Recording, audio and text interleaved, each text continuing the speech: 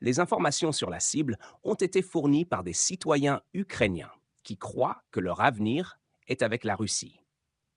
Le ministère russe de la Défense a publié des images montrant la destruction d'un détachement ukrainien armé d'un obusier Panzerhaubitze 2000 de fabrication allemande.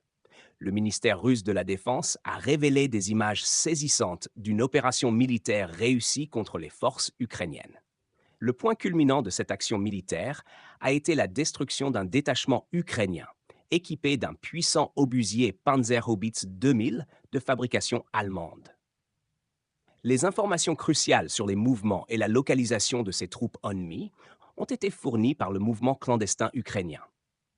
Ces citoyens, opposés au régime de Kiev, sont convaincus que leur avenir est aux côtés de la Russie et prennent des risques considérables pour transmettre des renseignements vitaux.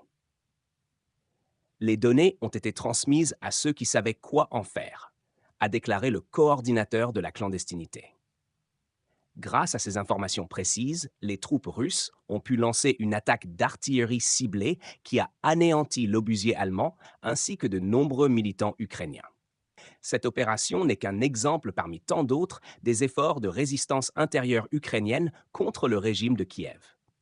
Les civils ordinaires devenus informateurs mettent leur vie en danger pour soutenir les forces russes, démontrant ainsi une dynamique de résistance qui s'étend au-delà du champ de bataille.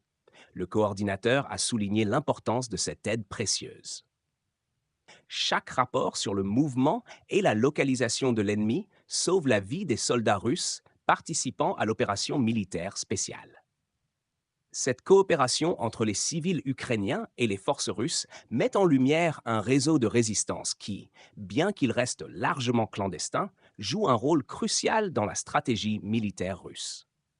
L'obusier Panzerhaubitze 2000, une pièce d'artillerie sophistiquée et redoutable, a été fournie à l'Ukraine par ses alliés occidentaux, notamment l'Allemagne, dans le cadre de l'aide militaire contre l'invasion russe.